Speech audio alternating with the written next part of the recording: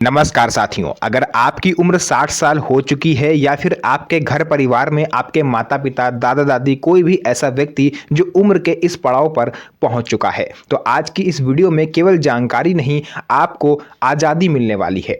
साथियों, चुपचाप एक डर फैलाया जाता है जो कि ये किसी को नहीं पता कि आखिर ऐसी बातें, ऐसी अफवाहें कहाँ से आती हैं, लेकिन ये डर फैलाया जाता है कि आप गाड़ी लेके रोड पर नहीं निकल सकते हो। 15 साल से ज़्यादा पुरानी अगर गाड़ी है, आप पुरानी गाड़ी अगर चलाओगे तो आपका लाइसेंस 3 महीने के लिए सस्पेंड कर दिया जाएगा, आप पर कानूनी कार्रवाई चलेगी। और भी बहुत सी अफवाहें फैलाई जाती हैं, जैसे बुजुर्ग अगर आप हो गए हो तो आप लाइसेंस नहीं बनवा सकते, आप लाइसेंस रिन्यूअल नहीं करवा सकते। ऐसी तमाम बातें आपको सोशल मीडिया पर दिख जाएंगी। लेकिन आज हम इस वीडियो में जानेंगे कि कानून क्या कहता है। क्या सच में कानून वही है जो आपको दिखाया जा रहा है?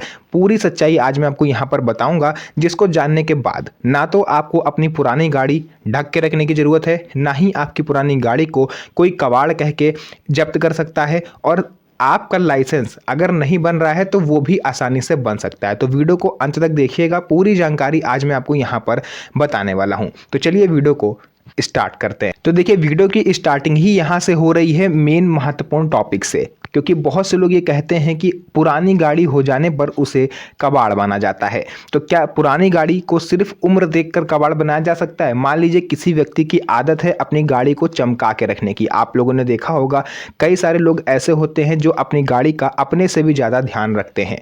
उनको हर हफ्ते उनको धुलाई करवाते हैं, उसकी पॉलिशिंग और भी बहुत सारी चीज़ें वो लोग मेंटेन रखते हैं। तो उनकी गाड़ी अगर 10 साल की है, 12 साल की है, तो भी देखेंगे आप तो ऐसा लगेगा जैसे अभी परसों ही शोरूम से निकाल कर लाए हैं। ठीक है, तो ऐसी गाड़ियों की उम्र भी अगर 15 साल से ज़्यादा हो गई है तो क्या सरकार इनको भी जब्त कर सकती है या आरटीओ इनको भी जब्त कर सकता है? तो इस पर क्या रूल है? और वहीं आप लोग देखोगे कि कुछ लोग ऐसे होते हैं जो अभी 2 दिन नहीं हुआ होता है नई गाड़ी खरीदे हुए, उसमें एक स्क्रैच भी आपको दिख जाएंगे, गाड़ी आवाज़ भी करने लगेगी, धुआं भी फेंकने लगेगी, बहुत सारी चीज़ें। तो दोनों लोगों के लिए रूल तो सेम नहीं हो सकते। देखिए, जो व्यक्ति सहेज के रख रहा है, जो चीज़ संभाल के चला रहा है, और जो उसको ऐसे ही उसको इज्जत नहीं कर रहा है गाड़ी की, तो दोनों के लिए रूल सेम कैसे हो सकते हैं? तो मैं आपको बताता हूँ। देखिए, उम्र देखकर क्या सरकार आपकी गाड़ी को जब्त कर सकती है? इसको लेकर के हाई कोर्ट का और सुप्रीम कोर्ट ने क्या कहा है? किसी भी गाड़ी को सिर्फ उसकी उम्र या उस गाड़ी का रजिस्ट्रेशन डेट देखकर ना तो कबाड़ घोषित किया जा सकता है और ना ही उस गाड़ी को जब्त किया जा सकता है। मेरे पास पूरी रिपोर्ट है, मैंने यहाँ पर सब कुछ नोट करा हुआ है।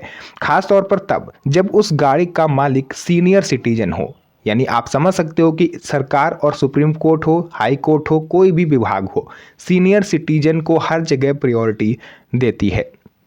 अदालतें ये मानती हैं कि जो बुजुर्ग होते हैं वो गाड़ी को बहुत ही संभाल के चलाते हैं, वो किसी से रेस नहीं लगाते, उन्हें किसी से आगे निकलने की होड़ नहीं होती। जैसे आजकल का यूथ आप लोग देखोगे, अगर वो 40 की स्पीड पर चल रहे हैं और बगल से कोई मोटरसाइकिल निकली और वो उनसे आगे निकल गई, तो स्पेशली ऐसा होता है लड़कों में। वो लोग क्या करते हैं कि अब सोचते हैं कि अब हमें इससे आगे निकलना है, चाहे स्पीड हमारी 80 पहुँचे चाहे 100 पहुँचे, हमें इससे आगे जाना है। तो इस होड़ में, इस रेसिंग में सबसे ज़्यादा दुर्घटनाएं होती हैं, और ये इन्हीं लोगों की वजह से जो बुजुर्ग हैं उन पर भी सख्ती करी जाती है। लेकिन ये सरकार और अदालतें बहुत अच्छी तरह से जानती हैं कि जो बुजुर्ग हैं ये सड़क के सबसे जिम्मेदार नागरिक हैं, सबसे जिम्मेदार ड्राइवर हैं। इसलिए 60 प्लस उम्र वाले नागरिक को अपनी गाड़ी रखने और चलाने का पूरा अधिकार मिला हुआ है। टॉपिक नंबर 2, क्या कोई पुरानी गाड़ी सड़क पर चला सकते हैं? आप पुरानी गाड़ी सड़क पर चला सकते हैं या नहीं? तो ये जिम्मेदारी आपकी है कि आप अपनी गाड़ी को कैसे रखते हो। देखिए, प्रशासन ये साफ कहता है कि हम गाड़ी की उम्र से मतलब नहीं रखते, हमें प्रदूषण और सुरक्षा से दिक्कत है। गाड़ी की उम्र से उनको प्रॉब्लम नहीं है, लेकिन अगर आपकी गाड़ी सड़क पर चलते हुए काफ़ी ज़्यादा आवाज़ कर रही है, काला धुआं छोड़ रही है, तो ऐसे में सरकार और प्रशासन भी मजबूर हो जाता है आपकी गाड़ी को जब्त करने से। इसके बाद अगर आपकी गाड़ी में आपका इंजन ठीक है, काला धुआं नहीं निकल रहा है, ब्रेक, लाइट, टायर सब कुछ परफेक्ट हैं, तो सरकार और आरटीओ आपकी गाड़ी को जब्त नहीं करेगा।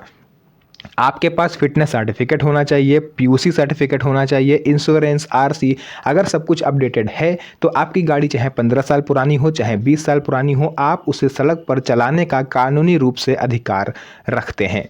इसके बाद टॉपिक नंबर 3, देखिए 10 से 15 साल नियम और बुजुर्गों को राहत। फिलहाल जैसा कि जो लोग दिल्ली साइड में रहते हैं वो लोग जानते हैं कि वहाँ पर एक नियम है कि अगर आपकी गाड़ी डीजल वाली है, चाहे 2 पहिया हो चाहे 4 पहिया हो, तो आप उसको 10 साल चला सकते हो, और अगर पेट्रोल वाली है तो आप उसे 15 साल चला सकते हो। और सरकार क्या करती है कि जैसे ही आपकी गाड़ी की जो लाइफ है वो हो जाती है, वैसे ही आपकी गाड़ी को जब्त करना शुरू कर देती है। कोर्ट ने क्या करा है, बुजुर्गों के लिए एक रास्ता निकाला है कि अगर आपकी गाड़ी जब्त हो रही है तो आप विभाग में आवेदन कर सकते हो। आप आरटीओ में आवेदन करोगे, जा करके शपथ पत्र आपको देना होगा, एफिडेविट आपको देना होगा, और आपकी पुरानी से पुरानी गाड़ी भी विभाग को छोड़नी पड़ेगी। वहाँ से जब आदेश आ जाएगा, उस आदेश की प्रति लेके आप थाने में जाओगे जहाँ से आपकी गाड़ी जब्त हुई है, वो गाड़ी आपको वापस मिल जाएगी। अब इस शपथ पत्र में क्या लिखना होता है, कैसे बनेगा, चलिए उसके बारे में बात करते हैं। देखिए शपथ पत्र, एफिडेविट जैसे कि सुनने में ही लग रहा है कोर्ट कचहरी से जुड़ा हुआ काम है, तो सीधी सी बात है कि ये वकील ही करेगा। किसी वकील को आप हायर कर लीजिए, कचहरी के बाहर आप चले जाइए, वहाँ पर बहुत सारे वकील आपको मिल जाएंगे। उनसे 10 या 20 रुपए का स्टाम्प पेपर आता है, उस पर एक आपको नोटरी के माध्यम से शपथ पत्र लिखवाना है। उसमें आपको क्या लिखवाना है कि ये गाड़ी मेरी यादों का हिस्सा है, मैं इसे प्रदूषण फैलाने के लिए इस्तेमाल नहीं करूंगा, और मैं आपको ये विश्वास दिलाना चाहता हूं कि मेरी गाड़ी का इंजन भी ठीक है, आरसी भी अपडेट है, पीयूसी भी मैंने लिया हुआ है, और इसका मेरे पास फिटनेस सर्टिफिकेट भी है, गाड़ी पूरी तरह से फिट है। तो मुझे ये गाड़ी वापस दी जाए, या मैं इस गाड़ी को कभी किसी दूसरे राज्य में लेकर नहीं जाऊंगा, और इस गाड़ी का पूरा ख्याल रखूंगा। कभी भी इससे अगर प्रदूषण हुआ या कोई भी अन्य गतिविधि हुई तो सरकार मेरी गाड़ी को जब्त करने का पूरा अधिकार रखती है। ये चीज़ आपको उसमें लिखना होगा। और भी कई चीज़ें होती हैं, राज्यों के हिसाब से गाइडलाइंस होती हैं, वो भी आपको फॉलो करनी होंगी, वो वकील आपको बता देगा। तो इतना करने के बाद इसको आप जाके दोगे आरटीओ में, वहाँ से आदेश आपको मिल जाएगा कि आपकी गाड़ी रिलीज़ कर दी जाए। वो आप जो आदेश मिलेगा उसको आप जहाँ पर भी आपकी गाड़ी जब्त हुई है वहाँ जाके दिखा देंगे, आपकी गाड़ी आपको वापस मिल जाएगी। तो ध्यान रहे कि जो ड्राइवर है वो सीनियर सिटीजन ही होना चाहिए, क्योंकि सीनियर सिटीजन को ही सरकार राहत दे रही है। यानी अब आपकी जो पुरानी गाड़ी है वो पूरी तरह से सेफ हो रही है। इसके बाद सबसे बड़ा झूठ ये है कि 60 साल के बाद लाइसेंस नहीं बनता। मैं रिसेंटली आपको एक न्यूज़ बताता हूँ, मेरे यूपी साइड की ये न्यूज़ है कि एक व्यक्ति अपना लाइसेंस बनवाने गया था, मेरे जानने वाले हैं, मेरे क्षेत्र के हैं, तो मैं इसे भली भांति जानता हूँ। वो क्या करा, उन्होंने वो आरटीओ गए थे अपना लाइसेंस बनवाने के लिए, और उनकी जो उम्र है वो 67 साल थी, यानी 67 ईयर्स के वो थे। उनके पास सारे डॉक्यूमेंट थे। उन्होंने ऑनलाइन लर्निंग के लिए पहले आवेदन किया, तो वहाँ से उनका क्लियर हो गया। 6 महीने के बाद उन्होंने क्या करा, अपना सीनियर सिटीजन कोटा से उन्होंने आरटीओ में स्लॉट बुक करा, ताकि उनका काम तेज़ी से हो जाए, उन्हें वहाँ पर रुकना ना पड़े। स्लॉट बुक हो गया, वो वहाँ पर पहुँच गए। अंदर पहुँचते ही सबसे पहले अधिकारी ने उनका आधार कार्ड देखा, जिसमें उम्र उनकी 67 साल दिख गई।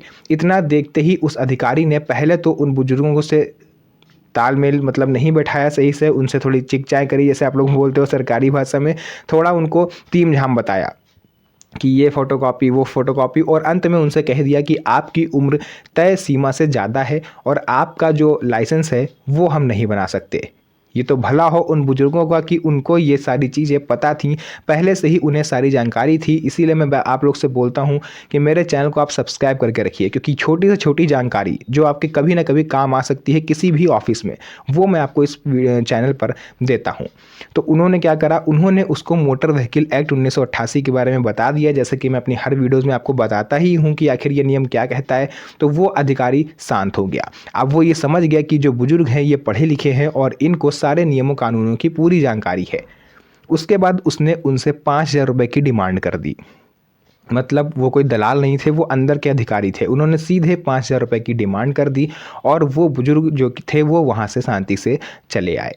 मतलब आप समझ सकते हो कि किस स्तर पर लोग आपको बेवकूफ़ बनाते हैं अगर आपको नियमों की जानकारी नहीं है। उसके बाद उनका लाइसेंस बन गया, उन्होंने कंप्लेन करी, जांच हुई, सब कुछ हुआ। उसके बाद उनका लाइसेंस बहुत जल्द बन के उनके घर पर आ भी गया, और अब वो अपनी गाड़ी को बिना किसी रुकावट के ड्राइव कर पाते हैं। तो मैं भी आपको बताता हूँ मोटर व्हीकल एक्ट 1988 क्या होता है।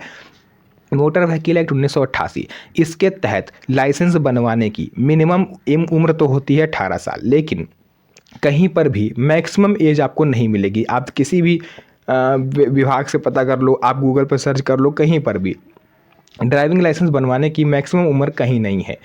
सरकार और जो मोटर व्हीकल एक्ट 1988 है, यहाँ तक कि कोर्ट भी ये चीज़ कहता है कि अगर आप फिजिकली फिट हो, आप मेंटली फिट हो, तो आप किसी भी उम्र में लाइसेंस बनवा सकते हो। फिर चाहे आप 60 साल के हो, 70 साल के हो, 80 साल के हो, इवन 90 साल तक लोग बनवाते हैं। उसमें कुछ क्राइटेरिया होते हैं, जैसे आपको आंखों से क्लियर दिखना चाहिए, आप जो ड्रिंक करके गाड़ी अगर आप चलाते हो तो वो आप नहीं कर सकते हो। इसके अलावा आपको कोई कलर ब्लाइंडनेस तो नहीं है, हरी चीज़ लाल और लाल चीज़ हरी तो नहीं दिख रही है। कुछ छोटे बेसिक से टेस्ट होते हैं जो कोई भी डॉक्टर करेगा और आपको मेडिकल सर्टिफिकेट दे देगा। उस मेडिकल सर्टिफिकेट को आप जाके आरटीओ में जमा करोगे और आपका जो लाइसेंस है वो बन जाएगा। 60 साल के बाद जो लाइसेंस आपका बनता है वो मात्र 3 साल के लिए ही वैलिड होता है, लेकिन राज्यों के हिसाब से इसमें एक्सटेंशन अलग अलग होता है, वो आप अपने राज्य से पता कर सकते हो। इसके अलावा 60 साल के बाद लाइसेंस भी रिन्यूअल आप करा सकते हो, सारी चीज़ें हैं, लेकिन आपको क्या करना है पूरा प्रोसेस मैं बताता हूँ ऑनलाइन। वैसे तो मेरी रिक्वेस्ट रहेगी कि आप ये काम खुद से ना करें, कि किसी भी सीएससी सेंटर से आप करा लीजिए। वो मात्र 100 से 50 रुपये आपसे अपनी फ़ीस लेता है और जो लाइसेंस में फ़ीस लगती है वो आपसे लेगा और आपका काम पूरी तरह से कर देगा। तो ये था पूरा प्रोसेस जो मुझे लगा आप लोग के साथ शेयर करना बेहद ज़रूरी है, क्योंकि कई सारे ऐसे बुजुर्ग हैं जो जानकारी के अभाव में अपना काम नहीं करवा पाते। तो आप इस वीडियो को अपने यार दोस्तों और रिश्तेदारों के साथ भी शेयर कर दीजिए ताकि उन्हें भी इन चीज़ों के बारे में आसानी से पता चल पाए। तो फिलहाल के लिए आपको क्या करना है, अगर आप नए हैं तो चैनल को सब्सक्राइब कर लीजिए, क्योंकि छोटी से छोटी बेसिक जानकारी मैं आज आपको यहाँ पर चैनल पर देता हूँ। तो फिलहाल के लिए आज की इस वीडियो को यहीं तक रखेंगे, फिर से मुलाकात होगी आप सभी से एक और नई मज़ेदार वीडियो में। तब तक के लिए धन्यवाद। जय हिंद।